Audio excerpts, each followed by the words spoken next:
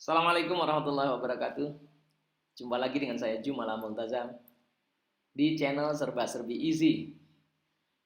Kita masih ada di program training gratis bagaimana menggunakan video conference dengan aplikasi Zoom.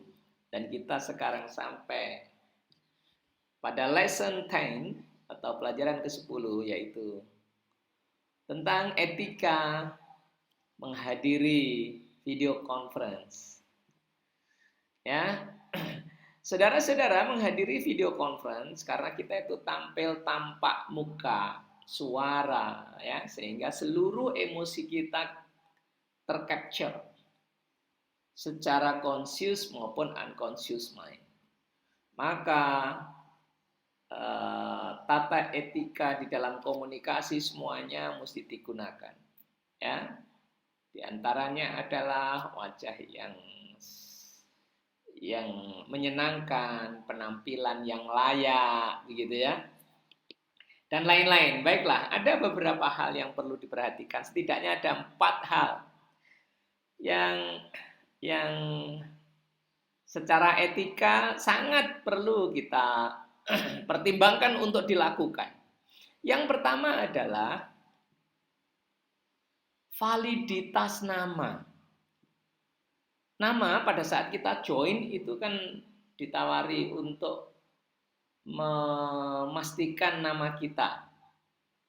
Ya, ingat pada pelajaran join meeting, ya, itu nama itu sudah disediakan fieldnya untuk diubah pada saat itu sebelum kita klik tombol join itu. Nah, nama ini seperti name tag, saudara-saudara. Mengapa di forum-forum resmi name tag itu penting? Supaya orang tidak perlu tanya nama. Namamu siapa? Itu kalau di dalam hubungan-hubungan bisnis menjadi kurang nyaman, kurang asik gitu ya. Maka tukar-menukar kartu nama itu very important. Kenapa? Untuk menunjukkan siapa kita, supaya ngomong itu enak pakai nama.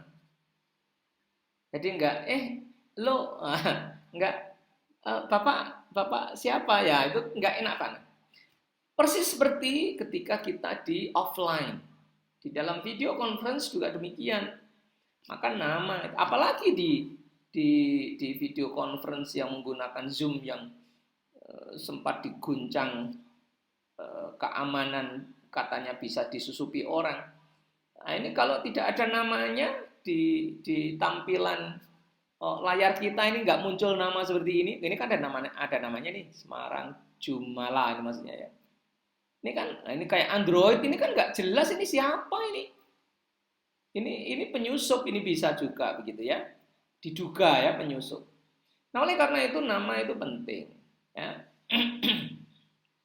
Sehingga orang tidak perlu bertanya-tanya.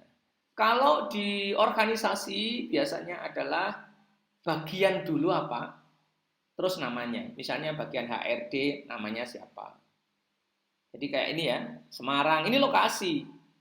Jadi kalau bukan di organisasi, kalau di pertemuan umum ya, kotanya baru namanya. Begitu ya. Ini kalau ditampilkan besar begini kelihatan.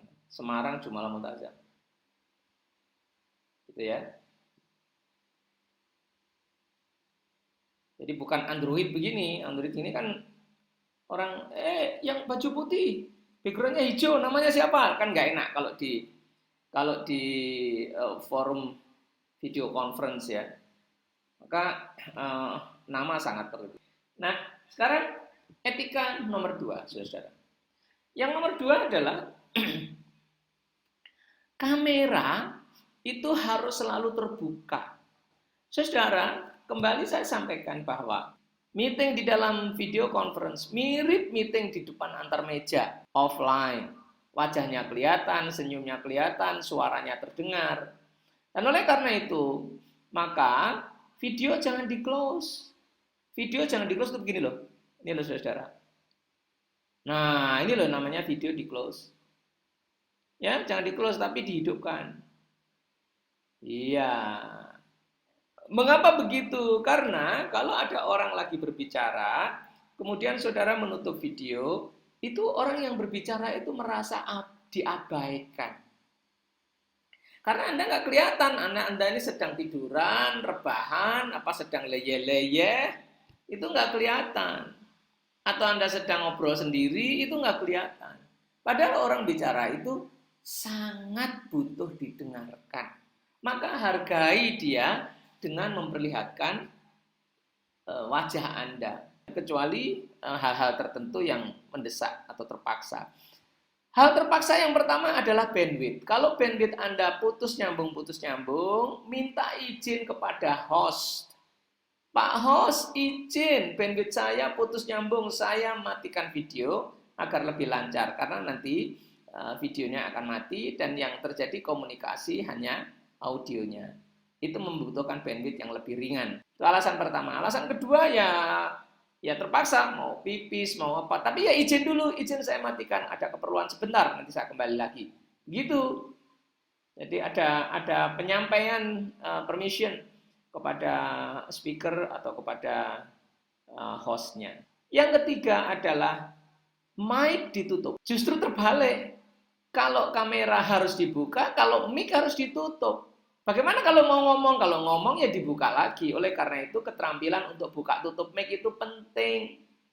Kenapa demikian? Karena sangat sering peserta-peserta conference ini latar belakangnya, backgroundnya itu macam-macam. Ada yang dapur, ada yang pasar, ada yang pinggir jalan, ada yang anaknya nangis. Ini sangat mengganggu conference. So, default itu adalah kondisi normal aslinya. Saudara matikan mic. Tetapi kalau ingin berbicara, ya dihidupkan. Ada dua cara menghidupkan. Menghidupkan sementara, kalau menggunakan laptop, maka saya sarankan kalau mengikuti video conference itu pakai laptop. Pertama supaya layarnya itu enak, nyaman, tanpa sandaran. Yang kedua, laptop itu menunya lebih komplit. Ya, termasuk cara menghidupkan mic sementara. Anda itu kalau tekan ini ya, coba saya matikan ya. Nah, ini kan hidup nih. Coba sekarang, ini kan mati ya, punya saya mati nih. Sekarang kalau misalnya saya ingin menghidupkan, saya tinggal tekan spasi. Nah, ini berarti hidup. Temporarily unmuted.